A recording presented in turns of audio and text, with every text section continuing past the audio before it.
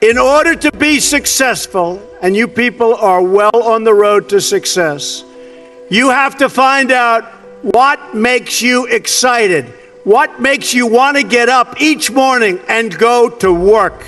You have to find it.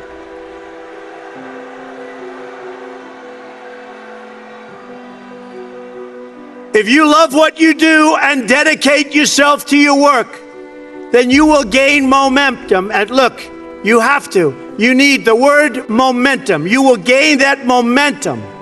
And each success will create another success. The word momentum. I'll tell you a story that's very interesting for me. When I was young, there was a man named William Levitt, Levittown. You have some here, you have some in different states. Anybody ever hear of Levittown? And he was a very successful man, became unbelievable. He was a home builder, became an unbelievable success, and got more and more successful. And he'd build homes, and at night he'd go to these major sites with teams of people, and he'd scour the sites for nails and sawdust and small pieces of wood, and they'd clean the site so when the workers came in the next morning, the sites would be spotless and clean.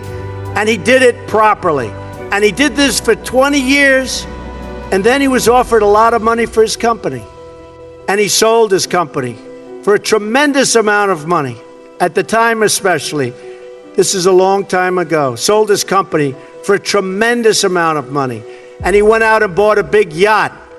And he had a very interesting life. I won't go any more than that because you're Boy Scouts, so I'm not going to tell you what he did. Should I tell you? Should I tell you? Oh, you're Boy Scouts, but you know life. You know life. So, look at you. Who would think this is the Boy Scouts, right? So he had a very, very interesting life. And the company that bought his company was a big conglomerate. And they didn't know anything about building homes, and they didn't know anything about picking up the nails and the sawdust and selling it and the scraps of wood. This was a big conglomerate based in New York City. And after about a 10-year period, they were losing a lot with it. It didn't mean anything to them, and they couldn't sell it. So they called William Levitt up, and they said, "Would you like to buy back your company?" And he said, "Yes, I would."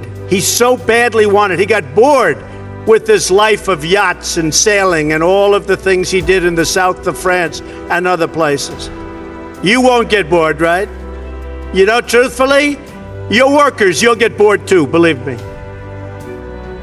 Of course, having a few good years like that isn't so bad. But what happened is he bought back his company, and he bought back a lot of empty land. And he worked hard on getting it zoning, and he worked hard on starting to develop. And in the end, he failed, and he failed badly. Lost all of his money. He went personally bankrupt, and he was now much older. And I saw him at a cocktail party.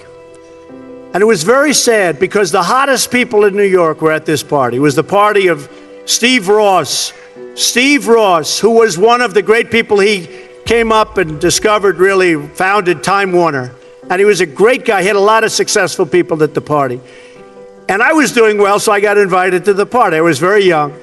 And I go in, but I'm in the real estate business. And I see 100 people, some of whom I recognize, and they're big in the entertainment business.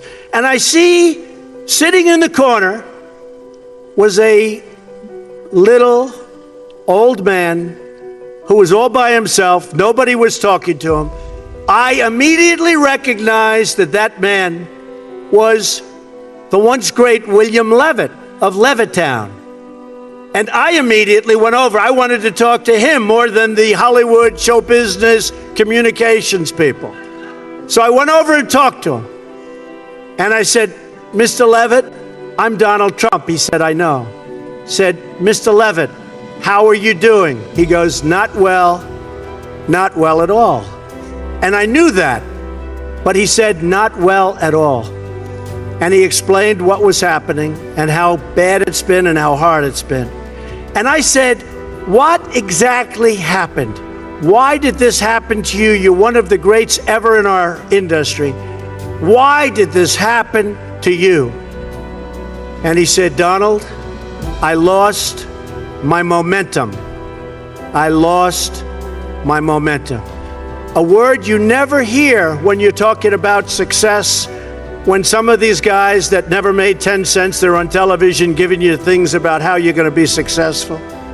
And the only thing they ever did was a book and a tape. But I'll tell you, it was very sad, and I never forgot that moment, and I thought about it. And it's exactly true.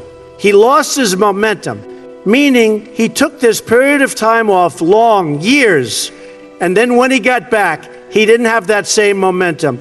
In life, I always tell this to people, you have to know whether or not you continue to have the momentum. And if you don't have it, that's okay. Because you're going to go on and you're going to learn and you're going to do things that are great. But you have to know about the word momentum. But the big thing, never quit, never give up, do something you love. When you do something you love, as a scout, I see that you love it. But when you do something that you love, you'll never fail. What you're going to do is give it a shot again and again and again. You're ultimately going to be successful. And remember this, you're not working. Because when you're doing something that you love, like I do, of course I love my business, but this is a little bit different. Who thought this was going to happen? We're, having a good time. We're doing a good job. Doing a good job. But when you do something that you love, remember this, it's not work. So you'll work 24/7, you're going to work all the time. And at the end of a year, you're not really working. You don't think of it as work. When you're not doing something that you like, or when you're forced in to do something that you really don't like, that's called work. And it's hard work and tedious work.